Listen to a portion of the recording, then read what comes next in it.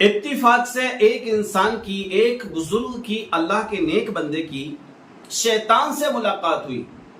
اب آپ غور کر رہے ہوں گے بھائی کہ شیطان سے ملاقات ہونا یہ تو بڑا اہم مدعا ہے، بڑا اہم سوال ہے، لیکن اس طرح سے ہے کہ ایک کسی اللہ کے نیک بندے کی شیطان سے ملاقات ہوئی۔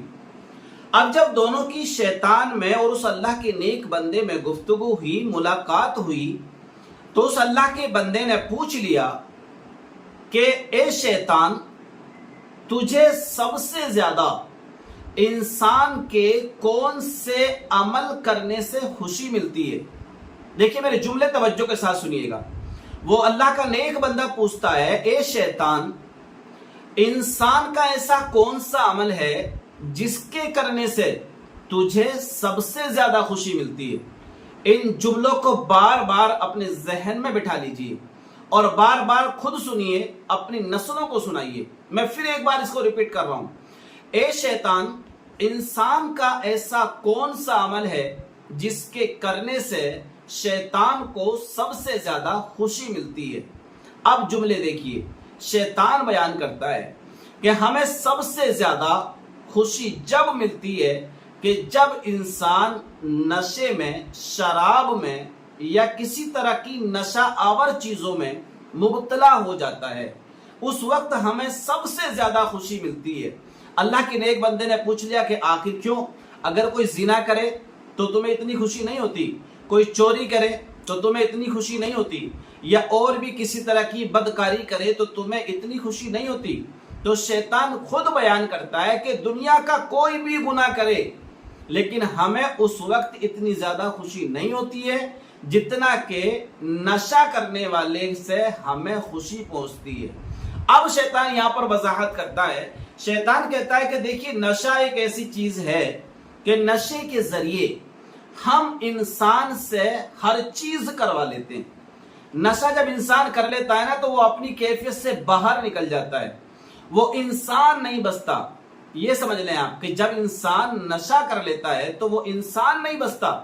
اب جب انسان نہیں بچا، اب وہ حیوان بن گیا، اب وہ جانور بن گیا، اب ہم جو چاہتے ہیں اس سے کروا لیتے ہیں۔ یہ جملے کس کے ہیں؟ یہ شیطان کے ہیں۔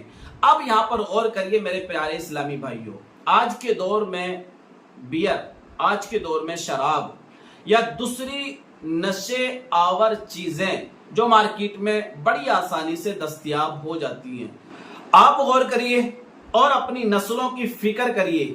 اگر دیکھا جائے تو مسلمانوں کے نوجوان بچے آج کے دور میں تقریباً 60 سے 70% نوجوان طبقہ ایسا ہے جو کہیں نہ کہیں ڈرنک کر رہا ہے۔